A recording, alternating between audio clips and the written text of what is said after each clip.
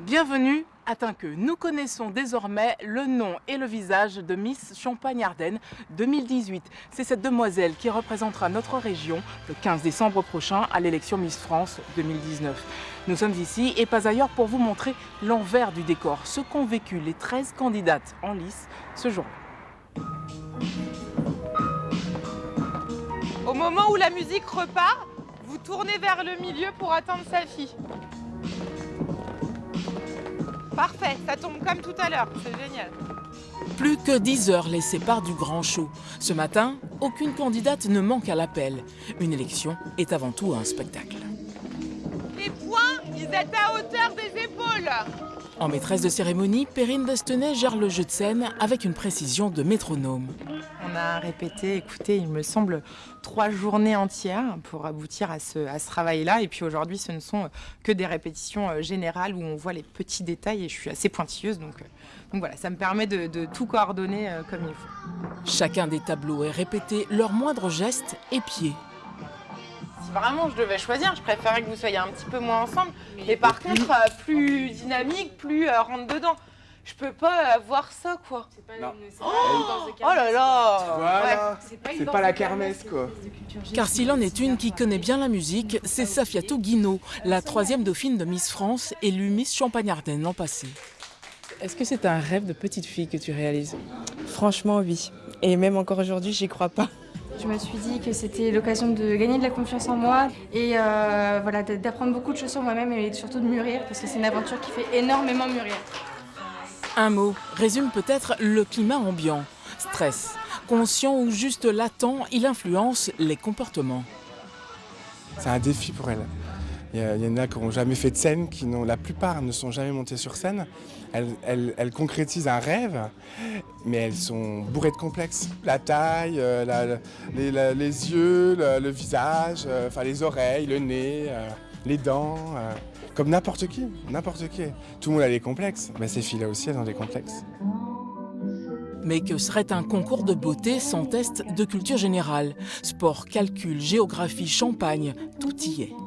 On n'attend pas seulement d'une jeune femme qu'elle soit jolie, mais qu'elle soit aussi cultivée. C'est surtout ça, c'est très important, puisqu'elle sera forcément confrontée à différentes situations, comme d'être avec des chefs d'État, peut-être, si elle devient Miss France, des personnes très importantes. Et du coup, on attend quand même un minimum de connaissances. Pendant que les pieds se reposent, les têtes travaillent. Tu as réussi à répondre à toutes les questions? À peu près, je pense, correctement. À peu près. Est-ce que tu as potassé pour ça? Ouais. Ouais, j'ai revu les ministres. Il y a quelques questions où j'avoue que j'ai un petit peu ouf. Lesquelles? Sur Johnny Hallyday. Alors, j'ai entendu combien d'albums ont été vendus, tout ça. Mais alors, j'ai mis à l'envers mon pays c'est l'amour. J'ai marqué l'amour c'est mon pays. Aïe. Un peu à l'écart, dans la salle, devant un membre du comité, une des candidates s'exerce à l'épreuve orale. Je pense qu'on vous a prouvé tout ce soir sur cette scène qu'on peut être chacune belle à notre manière et que la beauté n'est pas qu'une simple définition physique, c'est plus un charme, c'est une personne dans son intégralité.